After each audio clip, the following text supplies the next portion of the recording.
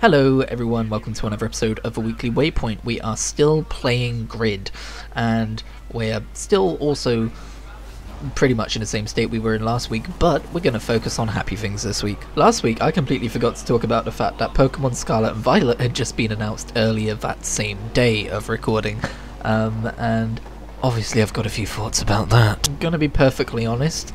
The moment that we actually saw what this trailer was and started seeing gameplay of the overworld, my thoughts weren't to focus on the overworld and look at, you know, the fact that it was a fully open world like I'd been asking for after Pokemon Sword and Shield and all that.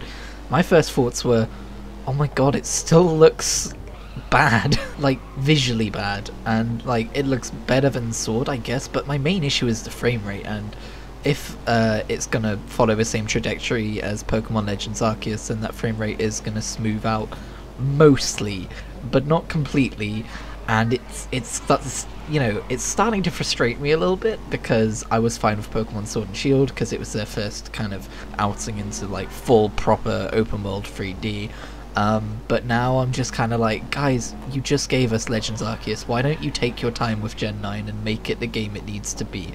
And maybe they will, maybe they've got time ahead of them to make it that. I don't know their freaking development schedule, but I just kind of wish they would slow down a little bit. Assassin's Creed slowed down and they came out with one of the best titles in the entire series with Assassin's Creed Origins. Call of Duty is apparently going to slow down and hopefully come out with something good, although I don't really get into Call of Duty games, but you know what I mean? Like, there is notable benefits from slowing down your development cycle to focus on, you know, innovating instead of iterating, and it seems like it's a lesson Game Freak hasn't learned yet, so I'm kind of cynical. That being said, those starters though, Sprigatito's growing on me. I like cats, obviously, I've had cats in my life. I like grass types.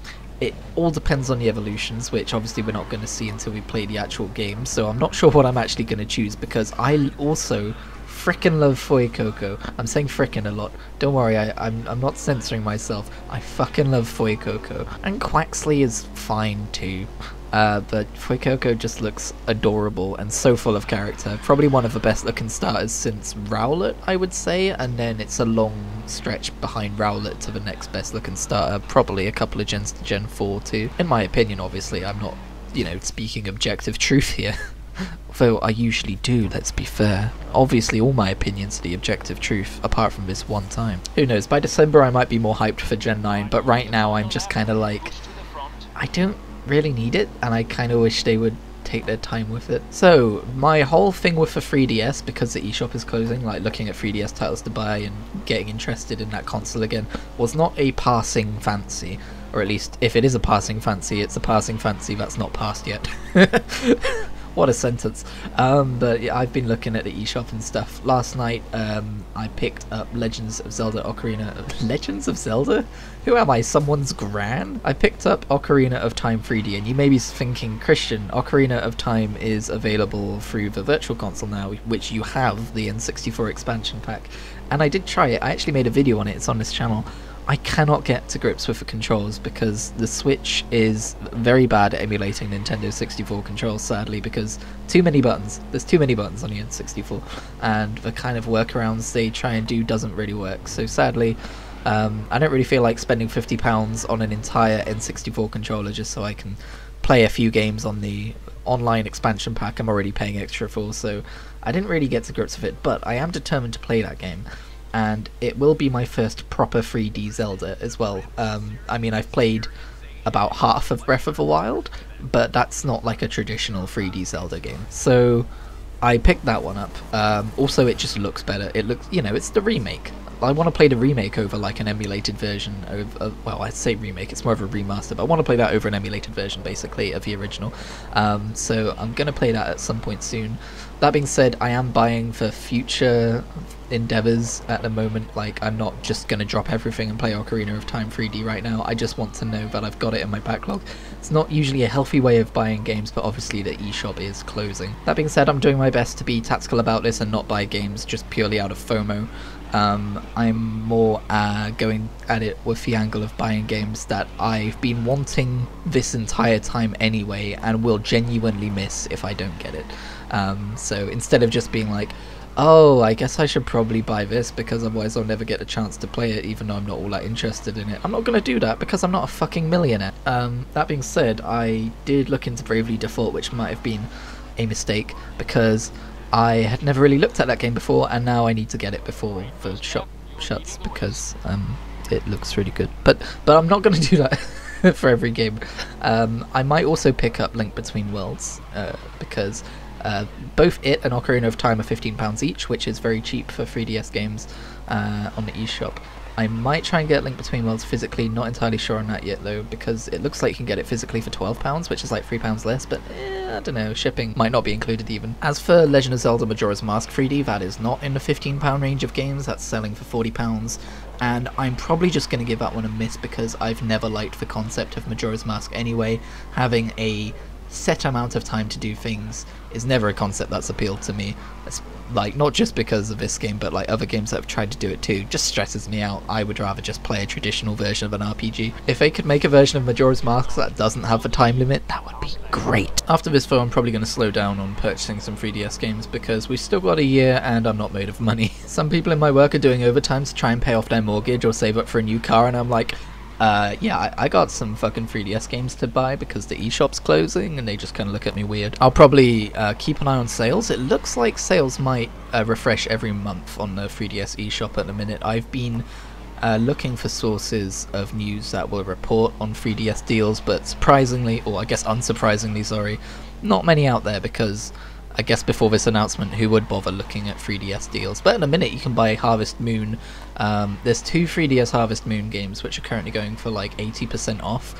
But I looked up the review scores for those, and they're not that great, so I'm probably not going to bother. Moving on, in other news, what have I been playing this week? A little bit more Dragon Quest VII, but not a whole lot, because I was kind of reserving that for when I go to bed. But I'm also reserving reading Dragon Ball Z when I go to bed, and that's currently the more interesting of the two stories at the point I'm at anyway. Probably need to figure out a different time to play Dragon Quest VII.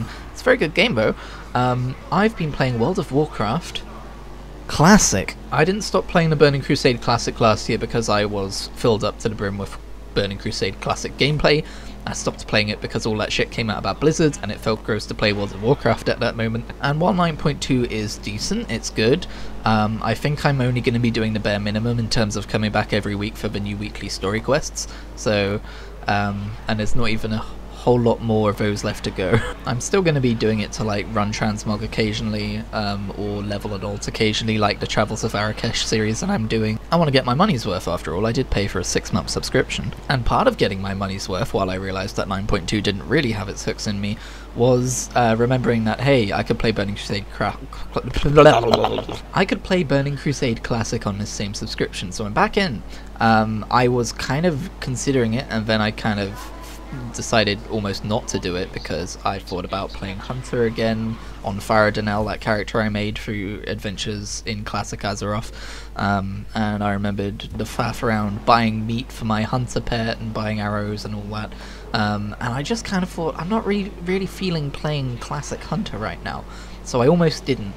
And then a little voice in the back of my brain went, but what about Classic Warrior? So now I'm a Draenei warrior called Desmodian, and he looks kind of wrinkled and old, but also like gnarly and angry, and he's cool as heck. I've actually really been enjoying it. I'm already level 10, which is more than like half an hour of gameplay in Classic. It's more like 2 or 3 hours of gameplay, so I've played a little bit. Funnily enough, whenever you start a Draenei in current WoW, and you're playing through Azure Mistile, it kind of feels like a slog because the quest design is a little bit outdated and archaic, compared to what you would be expecting for a classic WoW, for a modern WoW, sorry, questing experience. Just like you have to wander out of your way to get all these quests in different areas, and it sends you to all these various different parts of the map. For those who don't know, Burning Crusade quests are more, you get them all in one place and then they take you to loads of different areas in the map. Whereas modern WoW quests are more, you get like a string of free quests and they're all in the same area and you hand them in, and you get another string of free quests and you hand them in. That's the kind of formula change, and it flows way better in modern WoW. It probably sounds boring the way I described it, but it's actually a lot better. There's less needless walking. But funnily enough, leveling a Draenei through Azure Mist Isle feels way more painless compared to questing in classic WoW zones, like for instance as a Night Elf and Teldrassil, and I don't know if it's just because I'm playing as a different class where I can charge and I'm slightly less squishy and all that kind of thing, but maybe it's because the questing actually started to evolve after classic. And we just don't really tend to think of it that way in retrospect. So yeah, expect more classic adventures in Azeroth soon, I guess. I do have a bite-sized video coming out of the last 8 minutes or so of clips I have of Farad'nel's journey, and I'll probably play Farad'nel some more as well, but right now I'm enjoying playing Desmodian. Is he Desmodian or is he Desmodius? Oh boy, hang on. He's Desmodian, of course he's Desmodian, that's a better name, isn't it? Not to be confused with Desmodium, the slightly stringy looking pink flower. The other video game I've been playing the last half week or so is Assassin's Creed Origins, because I feel like playing an Assassin's Creed game, and more on that in a minute actually, but for now I'm playing Assassin's Creed Origins, making more Adventures in Egypt videos coming up soon. Did I call it Adventures in Ancient Egypt or Adventures in Ptolemaic Egypt as I should have, or did I call it Adventures as Bayek? I don't remember anymore. All I know is there's one volume out already. That game does a really good job of distracting me from the real world, which is really important right now, so I guess they're never going to hear it, but thank you to the developers of that game for creating such an immersive world. That's super important to me right now. Calmed me down a lot on what day are we on? Friday, I think it was. I'm not slamming Donkey here, but like I watch a lot of Donkey videos and he always kind of talks about open world games and like how bad they are, how formulaic they are, and how there's no point for them to be an open world, but I feel like he overlooks the design of the world itself and how well it shows a period of time, or in like a fantasy world's case, like the idea of a world, and fleshes it out more fully than any other kind of game of that type could. But I think I place more emphasis on story and world than a lot of people do when they play video games, and you know, his criticisms are valid, of course. I just have less of an issue with the gameplay because I'm enjoying the story and world so much. But also I do think the gameplay of Assassin's Creed Origins is fucking fantastic. I 100%ed Odyssey on PS4. I think I'm going to try and 100% Origins on Xbox. It might be my first 1000 gamer score. I was going to do that for LEGO Star Wars, but after completing my free play playthrough, I realised I had to do 2 more entire playthroughs to get 100%.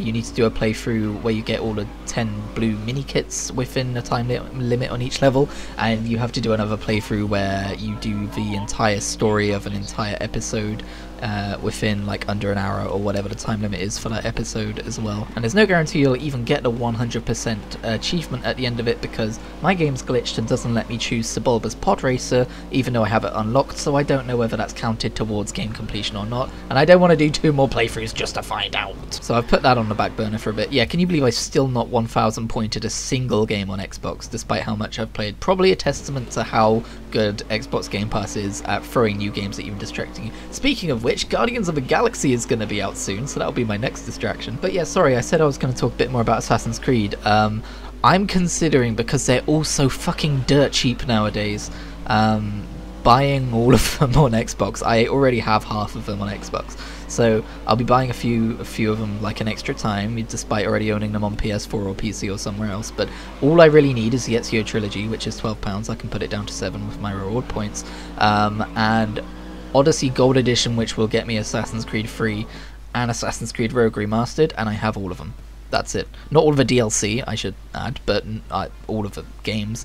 And then what I want to do is stream through all of them on Xbox. So I bought Assassin's Creed 1 for like £3 the other day in the sale, and I'm not going to buy all of these at once, by the way. Like I said, I'm not made of money. But at some point soon, I think I'm going to stream the original Assassin's Creed, because I've only ever played like the first hour of that, and I'm very curious about it. So join me on twitch.tv/Kritigri, or go to my Kritigri Live YouTube channel to watch the VOD. Okay, see you next week.